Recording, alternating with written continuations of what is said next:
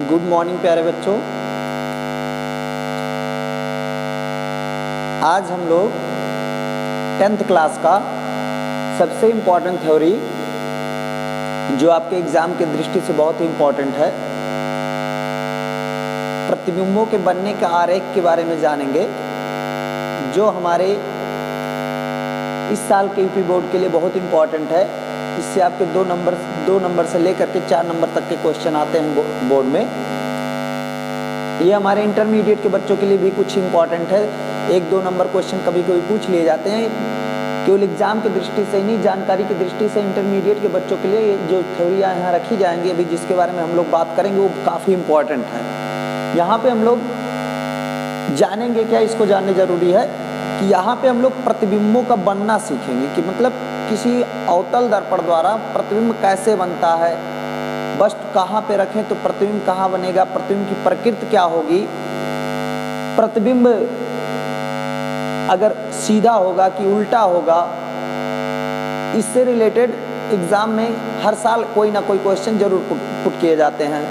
उस क्वेश्चन को, उन सभी क्वेश्चनों का जवाब आपको जब यहाँ 6 चित्र आपको दिखाई दे रहे होंगे, ये 6 फिगर को जो हम मिला करके जब सारी जानकारी एक एक करके अभी देंगे, इन सभी जानकारियों को जो आप अपने पास एक बार थिंकिंग करेंगे तो जितने भी क्वेश्चन आपके अनुसार में रखे गए होंगे, सभी मतलब क्वेश्चनों का आंसर आपको मिल जाएगा इससे रिलेटेड टॉपिक पर, जो आपके प्रतिबिंबों से रिलेटेड टॉपिक होंगे। आज के बाद आपके पास इतने अच्छी जानकारी इसमें हो जाएगी जो आपको कभी भूलेगा भी नहीं, और दूसरी बात दूसरे को बताने के लायक भी हो जाएंगे आप लोग। क्योंकि कुछ बच्चों को अभी तक कई बातें ऐसी होती हैं जिसमें काफ़ी डाउटफुल होती हैं, जो उनको समझ में नहीं आता कि मतलब ये क्वेश्चन कैसे करें, इसको ये क्या है, ये सब किरण वगैरह कुछ समझ में नहीं आता कि मतलब करना क्या हमको। तो आज इन सभी दिक्कतों का मतलब सोल्यूशन आपके पास सामने रहेगा, और उसको आप देखेंगे ध्यान से। तो हम लोग क्या करते हैं कि सबसे पहले हम लोग यहाँ आपको एक बात बता देना चाहते हैं हम कि यहाँ पे जो भी थ्योरियाँ चल रही हैं, ये थ्योरियाँ आपके लिए अवतल दर्पण के लिए हैं केवल। उत्तल दर्पण का डिस्कशन हम अगले वीडियो में देंगे। यहाँ केवल उत्तल दर्पण द्वारा प्रतिबिंबों के बनने की स्थितियों का डिस्कशन किया जाएगा, और साथ ही साथ इसकी जो कुछ थ्योरियाँ हैं उसको हम चित्र की सहायता से आपको सिखाने की कोशिश करेंगे। उसी से आप अपना नोट बना लीजिएगा, जिसके कारण से आपका एग्जाम की दृष्टि से जो बोर्ड में आपको लिखना होगा वहाँ पेपर में, तो केवल चित्र बनाने से नहीं, इसके बारे में कुछ लिखना भी पड़ता है। उसको हम 3-4 चित्र में लगातार बताएंगे, जिसके कारण आप क्या करेंगे, उस चीज़ को एक रफ पे नोट कर लीजिएगा।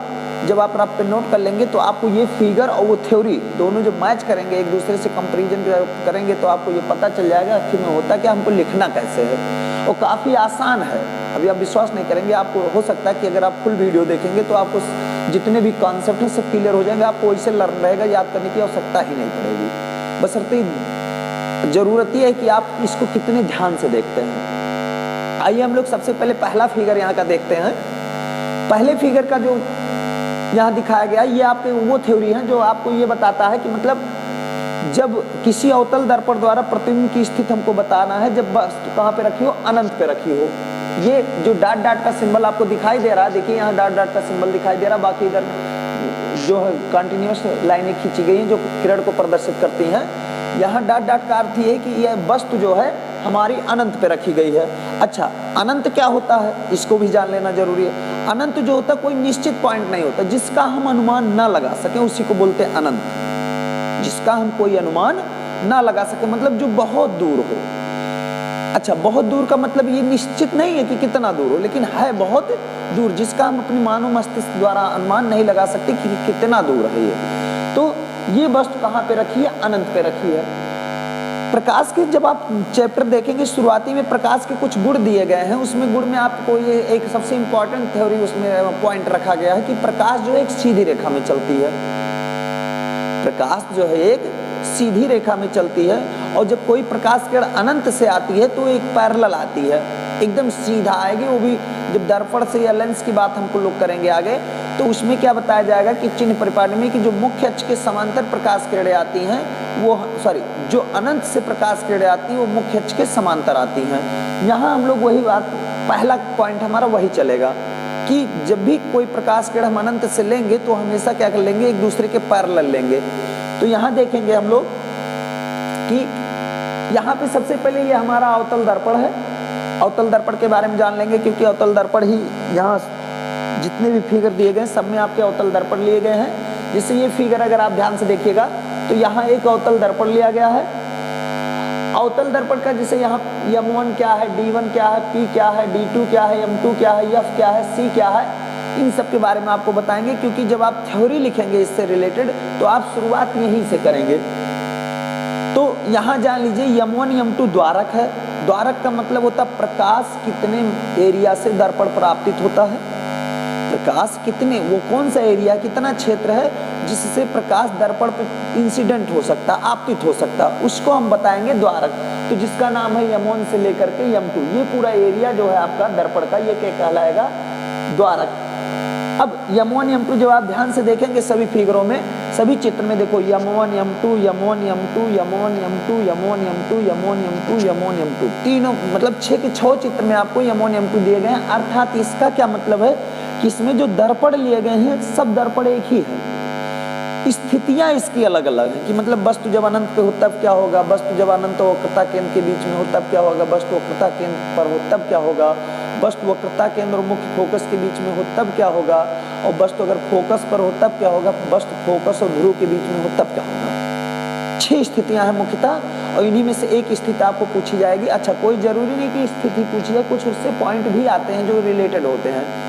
अब यहाँ देखेंगे कि यहाँ जो M1 M2 द्वारक का एक अवतल दर्पण है, P क्या है, ध्रुव है, P क्या है, ध्रुव, F क्या है, फोकस है, C है वक्रता केंद्र। M1 M2 द्वारक है, P ध्रुव है, F फोकस है, C वक्रता केंद्र है। तो इसकी थ्योरी हम देखते हैं कैसे लिखेंगे। जब मान लो थोड़ी सी थ्योरी आपसे पूछी जाए तो आप यही लिखेंगे, इस मतलब निम्न चित्र में, या इसके लिए हम निम्न चित्रानुसार, क्योंकि चित्र के ऊपर ही लिखना, आपको लिखने की शुरुआत आप चित्र के ऊपर से करेंगे तो चित्र जो कहाँ होगा, नीचे होगा। तो इसके लिए हम निम्न चित्रानुसार एक M1 M2 द्वारक का, इसके लिए हम निम्न चित्रानुसार एक M1 M2 द्वारक का अवतल दर्पण मान रहे हैं। अच्छा, चाहे आप मान रहे हैं लिख दीजिए, चाहे आप दिखा दीजिए अंकित कर रहे हैं, जिसमें P क्या है, दर्पण का ध्रुव, यहाँ लिखा हुआ है P क्या है, दर्पण का ध्रुव। फिर F क्या है, फोकस, दर्पण का F क्या है, फोकस। M1 M2 द्वारक, P ध्रुव, F फोकस, C देखिए वक्रता केंद्र, P फॉर पोल, पोल मतलब ध्रुव, ध्यान दीजिएगा ट्रिक आपका, P फॉर पोल, पोल मतलब ध्रुव, F फॉर फोकस, फोकस मतलब फोकस, C फॉर सेंटर, वक्रता केंद्र, सेंटर ऑफ कर्वेचर होगा। तो सेंटर, C फॉर सेंटर, केंद्र से याद रखिएगा। तो C सेंटर हो गया, या फोकस हो गया, P पोल हो गया, ध्रुव, फोकस, सेंटर। अब ये तो क्लियर हो गया कि M1 M2 द्वारक का अवतल दर्पण है, P ध्रुव है, या फोकस है, C सेंटर है। यही चीज हम हर क्वेश्चन में लिखेंगे। अब हम आगे क्या देखते हैं कि जब कोई वस्तु अनंत पे रखी होती है, जब कोई वस्तु अनंत पे रखी होती है, इस तो होता क्या है, इसमें जो है प्रतिबिंब खींचने के नियम हमारे बताए गए हैं, जो हम आपको पिछले वीडियो में बताए थे। प्रतिबिंब खींचने के नियम जो होते हैं, इसको आपको जान लेना है कि जब भी कोई प्रकाश किरण, जैसे मान लो हमारे मुख्य अक्ष है, ये लाइन, जैसे मान लो यहाँ पे दर्पण रखी गई है, और ये जो है मुख्य अक्ष है। जब भी कोई प्रकाश किरण ऐसे मुख्य अक्ष के समांतर पैरेलल आती है, बहुत ध्यान से देखिएगा, जब भी कोई प्रकाश किरण ऐसे मुख्य अक्ष के पैरेलल आती है समांतर, तो वो जब दर्पण से परावर्तित होगी तो सदैव मुख्य फोकस से ही होकर जाती है। ये आपको याद रखना एक पॉइंट, कि जब कोई प्रकाश किरण मुख्य अक्ष के समांतर आती है तो जब दर्पण से परावर्तित होगी, लौटेगी, तो सदैव कहाँ से जाएगी, मुख्य फोकस से। ये याद रखना। दूसरा इसका जस्ट उल्टा है कि अगर प्रकाश किरण समांतर आएगी तो मुख्य फोकस से जाएगी, और अगर मुख्य फोकस से आएगी, देखिए अगर मुख्य फोकस से होकर आएगी तो क्या हो जाएगी, समांतर हो जाएगी। देखिए यहाँ अगर मुख्य फोकस से होकर आएगी तो दर्पण से जब परावर्तित होगी तो क्या होगी, समांतर। अर्थात जब समांतर आ रही है तो मुख्य फोकस से होकर जा रही है, और अगर मुख्य फोकस से होकर आ रही है तो समांतर जा रही है। इसको अपने दिमाग में फिट कर लीजिए थोड़ी देर के लिए। तीसरा बड़ा सिंपल है।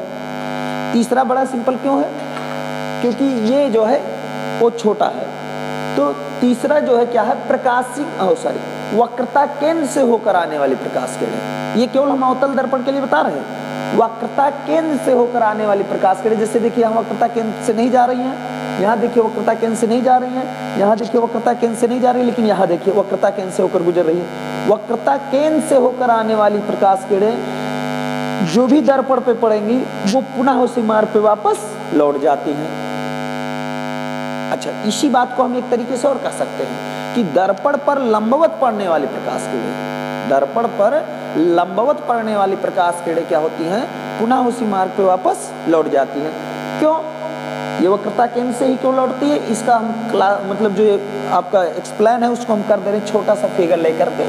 इसको जब आप जान जाएंगे तो आपको कभी भूलेगा नहीं कि ऐसी क्या घटना होती है जो अवतल दर्पण के या उत्तल दर्पण के वक्रता केंद्र की लाइन में जब आती है कोई प्रकाश किरण तो क्यों वापस लौट जाती है। तो इसको देखेंगे छोटे से वृत्त से।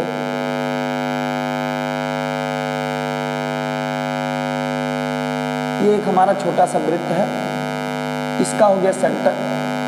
तो ज्योमेट्री में, रेखा गणित में बताया गया है कि जो वृत्त की त्रिज्या होती है, त्रिज्या सेंटर से होकर गुजरती है। त्रिज्या जो होती है किससे होकर गुजरती है, सर्किल के सेंटर से। तो वृत्त का जो त्रिज्या होती है परिधि के प्रत्येक बिंदु पर लंब होती है। मतलब परिधि पे अगर कई बिंदुओं पे आप इसको मिलाएं कहीं भी, तो ये क्या होता है, यहाँ पे 90 डिग्री एंगल बनाता है।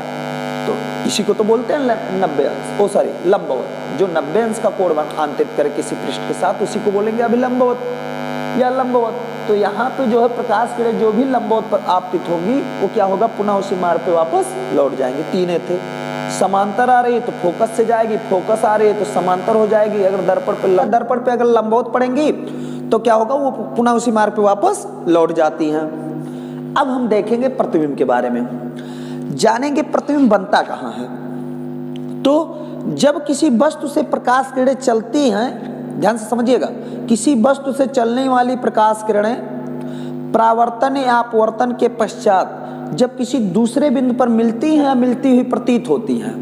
ध्यान से समझिएगा, किसी वस्तु से चलने वाली प्रकाश किरणें परावर्तन या अपवर्तन के पश्चात किसी दूसरे बिंदु पर मिलती हैं या मिलती हुई प्रतीत होती है, तो दूसरे बिंदु पर वस्तु का प्रतिबिंब बनेगा।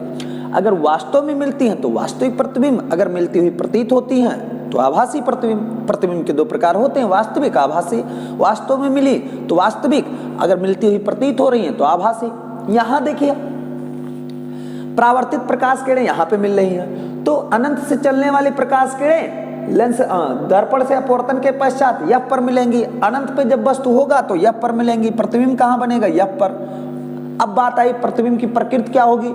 तो प्रतिबिंब की जो प्रकृति होगी वो होगी उल्टा, ध्यान से समझिएगा, उल्टा, वास्तविक आकार में बहुत छोटा। उल्टा, वास्तविक आकार में बहुत छोटा। जब वस्तु अनंत पे होगी तो प्रतिबिंब जो बनेगा फोकस पर बनेगा, और फोकस पे जब बनेगा तो उसकी प्रकृति होगी उल्टा, वास्तविक आकार में बहुत छोटा। दूसरी बात आई, अब हमने क्या किया कि वस्तु को उठा करके अनंत से कहां पे रख दिए, अनंत और वक्रता केंद्र के बीच, मतलब निश्चित दूरी पर रख दिए जिसका हम अनुमान लगा सकते हैं। ऐसी दूरियों पर रखा गया जिसका हम अनुमान लगा सकते हैं। अब देखिए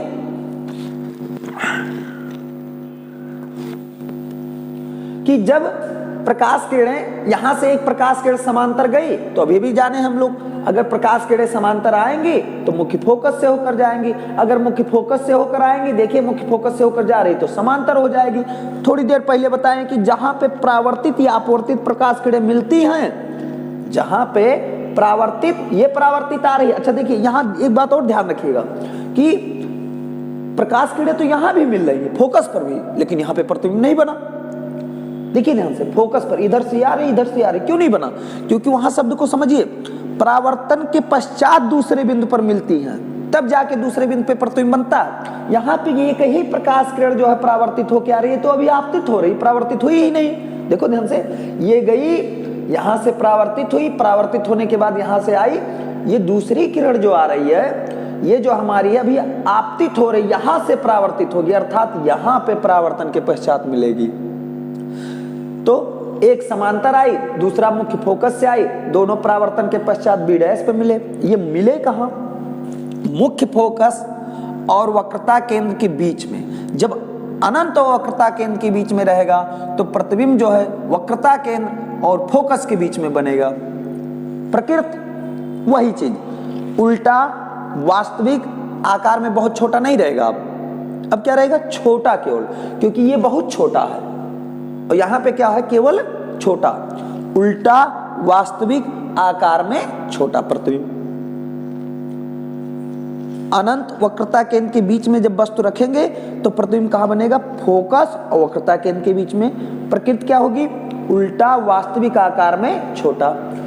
वो फिगर देखते हैं, उसमें थोड़ा सा आप लोग को वीडियो क्लियर नहीं हो पा रहा क्योंकि लाइट की वजह से वो क्लियर नहीं हो पाएगा, लेकिन बता दे रहे हैं होगा क्या उसमें, अनुमान लगाइएगा, मतलब थोड़ा कॉन्सेप्ट, थोड़ी मदद करिए क्योंकि वहां पे लाइट की वजह से वीडियो सही से दिखाई नहीं दे रहा है। तो यहां देखेंगे कि जब वस्तु, इसकी जो मतलब थ्योरी है वो है, वस्तु को पहले हम अनंत पे रखे, फिर अनंत वक्रता केंद्र के बीच में लाए, अब वक्रता केंद्र सी पे रख रहे हैं। यहाँ पे वक्रता केंद्र सी पे वस्तु को रख रहे हैं, तब होगा क्या, तो यहाँ से एक प्रकाश किरण मुख्य अक्ष के समांतर जाएगी, बिल्कुल इस तरह गई है, जैसे वहां दिखाई नहीं दे रहा है लेकिन मानिए इसी तरीके से बिल्कुल गई है। और दूसरी प्रकाश किरण जो गई है मुख्य फोकस से गई है, तो दूसरी प्रकाश किरण मुख्य फोकस से गई है। अब दोनों प्रकाश किरणें कहां पे मिल रही, वक्रता केंद्र पर ही मिल रही है। अपवर्तन के परावर्तन के पश्चात दोनों प्रकाश किरणें कहां मिल रही है, वक्रता केंद्र पर ही। और यहाँ पे हुआ क्या, देखिए यहाँ पे क्या हुआ, कंडीशन वही सेम है, लेकिन हुआ क्या, प्रतिबिंब यहाँ आ गया। जब वस्तु इधर गया तो प्रतिबिंब इधर आ गया, वस्तु इधर गया तो प्रतिबिंब इधर आ गया।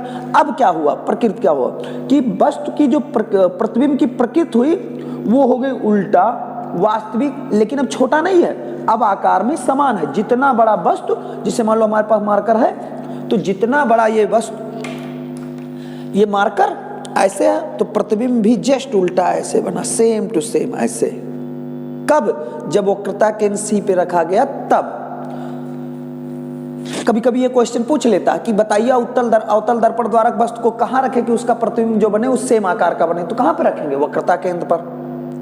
कभी कभी ये पूछ लेता है कि बताइए प्रतिबिंब और वस्तु के आकार समान कब होते हैं, वस्तु की स्थिति बताइए, तो वक्रता केंद्र। मतलब क्वेश्चन भी आपको हम लास्ट में बताएंगे कैसे कैसे उठेंगे। ये हो गया हमारा कि जब वक्रता केंद्र पे रखेंगे तो एक समांतर जाएगी, दूसरा मुख्य फोकस से जाएगी, दोनों वक्रता केंद्र पर ही मिलेंगे, प्रतिबिंब बनाएंगे, वहां पे उल्टा वास्तविक आकार में समान रहेगा। अब देखते हैं हमारा चौथे में क्या हुआ, अब वस्तु थोड़ा सा और उधर गया। वस्तु क्या हुआ, अब क्या हुआ, वक्रता केंद्र से भी और उधर गया, तो उसको क्या कहेंगे, अब वस्तु हमारा पहुंच गया वक्रता केंद्र सी और फोकस के बीच में। वस्तु कहां पहुंचा, वक्रता केंद्र सी और फोकस के बीच में। तो जब वक्रता केंद्र सी और फोकस के बीच में वस्तु पहुंच गया, तब देखिए सिचुएशन वही है, एक प्रकाश किरण समांतर आती है, परावर्तन के पश्चात मुख्य फोकस से जाती है, दूसरा मुख्य फोकस से होकर जाएगी, समांतर हो जाएगी। दोनों प्रकाश किरणें जो परावर्तित हो रही हैं वो जाके वक्रता केंद्र सी और अनंत के बीच में अब की बार मिल रही है, वक्रता केंद्र सी और अनंत के बीच में मिल रही है। जब वक्रता केंद्र सी और अनंत के बीच में मिलेंगी तो प्रतिबिंब भाई वही बनाएंगे, क्योंकि जहां पे मिलती है वही प्रतिबिंब बनता है। तो देखिए यहां पे प्रतिबिंब बना दी। कंडीशन उसकी क्या होंगे, प्रकृति क्या होंगे, तो प्रकृति के बारे में वही चीज, उल्टा वास्तविक, लेकिन अब क्या होगा, आकार में बड़ा। अब हमको बड़ा प्रतिबिंब बनने लगा, मतलब अगर मार्कर इतना बड़ा हम रखें, इतना बड़ा, तो प्रतिबिंब हमको इतना बड़ा प्राप्त हो गया। छोटा सा मार्कर रखे, प्रतिबिंब बड़ा सा मिल गया। तो ये सिचुएशन यहाँ पे हो गया। कब, जब वस्तु वक्रता केंद्र से और पास आई, मतलब वक्रता केंद्र को क्रॉस कर गई, तो प्रतिबिंब हमारा बड़ा बना। उल्टा तो था, वास्तविक तो था, लेकिन अब हुआ क्या, बड़ा बन गया प्रतिबिंब। ये सिचुएशन हो गया। अब अगले फिगर में देखते हैं, इसमें क्या हुआ, पहले अनंत पे रखे, फिर अनंत और वक्रता केंद्र सी के बीच में रखे, फिर सी वक्रता केंद्र और फोकस के बीच में रखे, फिर अब कहां रख रहे हैं हम, फिर अब हम रखेंगे वस्तु को फोकस पर। कहां पे रखेंगे, फोकस पर। तो फोकस पर जब रखेंगे सेम सिचुएशन, एक प्रकाश किरण जो होता है मुख्य अक्ष के समांतर जाती है, जो परावर्तन के पश्चात मुख्य फोकस से होकर चली जाती है। दूसरी प्रकाश किरण दर्पण पे लंबवत पड़ती है, दूसरी प्रकाश किरण दर्पण पे लंबवत पड़ती है, जो परावर्तित होकर वक्रता केंद्र से होकर गुजर जाती है, क्योंकि लंबवत पड़ने वाली प्रकाश किरण वक्रता केंद्र से ही होकर जाएंगी। तो जो दर्पण पे लंबवत पड़ती है वक्रता केंद्र से होकर जाती है, दोनों प्रकाश किरण एक दूसरे के समांतर होती हैं। और समांतर प्रकाश किरण जिस प्रकार से दूर से आने, अनंत से आने वाली प्रकाश किरण समांतर होती है, उसी प्रकार से ये जो समांतर प्रकाश किरण जाएंगी अनंत पर मिलेंगी। जब अनंत से प्रकाश किरण आ रही हैं तो समांतर आ रही हैं। अगर यहाँ से समांतर जाएंगी तो कहाँ पे मिलेंगी? अनंत पे मिलेंगी। तो अर्थात हुआ क्या? अनंत पे मिलेंगी, इसका क्या मतलब है? तो अनंत पे मिलेंगी इसका मतलब यह है कि प्रतिबिंब जो बनाएंगी वो अब अनंत पे बनेगा। कैसा बनेगा? बहुत बड़ा बनेगा। प्रकृति क्या होगी? उल्टा, वास्तविक आकार में बहुत बड़ा। जब वस्तु फोकस पे रखा गया तो प्रतिबिंब अनंत पे बना, जब प्रतिबिंब वस्तु अनंत पे था तो प्रतिबिंब फोकस पे बना था। उल्टा हो रहा है। अब देखिए, इतने से हम रिवाइज कर रहे हैं। जब वस्तु अनंत पे तो प्रतिबिंब फोकस पे। फिर देखिए, जब वस्तु वक्रता केंद्र C और अनंत के बीच तो प्रतिबिंब वक्रता केंद्र C और फोकस के बीच, और जब वस्तु वक्रता केंद्र और फोकस के बीच में तो प्रतिबिंब अनंत और वक्रता केंद्र के बीच। मतलब एक दूसरे से ट्रांसफर कर रहे हैं। अनंत पे तो प्रतिबिंब फोकस पे, अनंत वक्रता केंद्र के बीच तो प्रतिबिंब जो है फोकस और वक्रता केंद्र के बीच। जब वस्तु वक्रता केंद्र और फोकस के बीच में है तो प्रतिबिंब अनंत और वक्रता केंद्र के बीच में है। जब वस्तु वक्रता केंद्र C पर ही रखा गया तो प्रतिबिंब वहीं पर बना। जब फोकस पे रख दिया गया तो अनंत पे बन गया। अब क्या होगा? अब एक सिचुएशन और संभव है। वो क्या है? वो सिचुएशन हमारा है कि जब वस्तु फोकस और ध्रुव के बीच रखा जाए, जब वस्तु फोकस और ध्रुव पे रखा जाए तब क्या होगा? तब होगा क्या कि एक प्रकाश किरण समांतर जाएगी जो परावर्तन के पश्चात मुख्य फोकस से होकर जाएगी। दूसरी प्रकाश किरण, इस पे काफी क्वेश्चन उठते हैं एग्जाम की दृष्टि से, काफी इंपॉर्टेंट ये टॉपिक है। एक प्रकाश किरण समांतर जाती है जो परावर्तन के पश्चात फोकस से होकर जाती है। दूसरी जो प्रकाश किरण है फिर वही सिचुएशन दर्पण पे लंबवत पड़ती है और पुनः मुड़ करके वक्रता केंद्र से होकर जाती है। लेकिन इसमें क्या था? ये दोनों प्रकाश किरणें समांतर आ रही थी, लेकिन इसमें क्या है? दोनों प्रकाश किरणें से दूर हटती जा रही हैं ऐसे। तो देखा क्या गया कि दर्पण के सामने ये कहीं भी नहीं मिलती। ये तो अनंत पे मिली थी लेकिन ये कहीं नहीं मिलती है। तो हमारे पास समस्या आ गई, अब तो प्रतिबिंब प्राप्त ही नहीं होगा। तब क्या होगा? प्रतिबिंब बनानी है। तो हुआ क्या कि अगर हम इनको मान लें कि ये प्रकाश किरणें अगर पीछे की तरफ गई होती तब क्या होता? जैसे जो प्रकाश किरणें से दूर हटती चली जा रही है, इनको पीछे की तरफ बढ़ाया जाए तब क्या होगा?